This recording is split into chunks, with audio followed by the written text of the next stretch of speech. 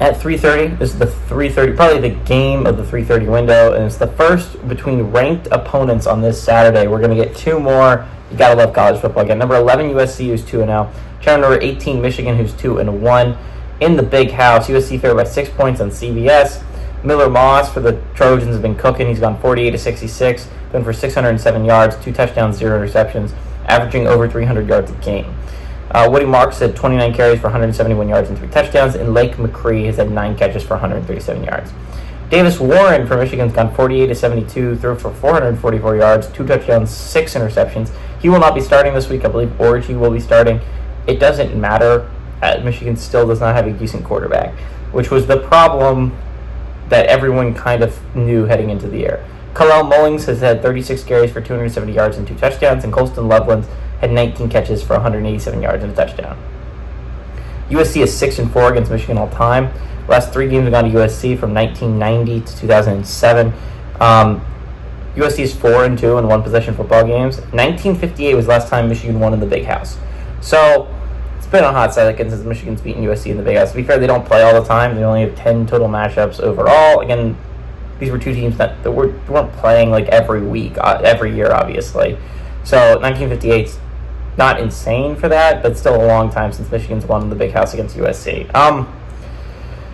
USC is a good football team. I would say Michigan's a bad football team, at least from what I've seen so far. Michigan really has not played good football at all. Fresno State and Arkansas State both gave Michigan a game, and the only time that Michigan's played a halfway competent football team at a Power 4 level, in Texas, they got the crap beaten out of them. Now, again, Texas is the number 1 team in the nation. There's not a lot to be just upset with getting getting rocked by Texas, but USC is a different beast, right? USC is much better than Michigan. I just don't see this game being all that close. USC has a hell of an offense. Again, the idea that we doubt that Lincoln Riley has not found some generational quarterback year after year is insane to me. Again, people were ranking Miller Moss like the below 50% of Big Ten starting quarterbacks. In what universe does Lincoln Riley not have an insane quarterback just waiting in the wings to take over for the next great quarterback, right? It happened. Baker Mayfield had Kyler waiting. Kyler then went Jalen Hurts, and then Jalen Hurts became Caleb Williams. I understand Spencer Rattler was in there for a little bit, and Spencer Rattler was his failed quarterback, and he's still an NFL caliber quarterback. He's just not a starting caliber quarterback, which is crazy. That's a failure for Lincoln Riley.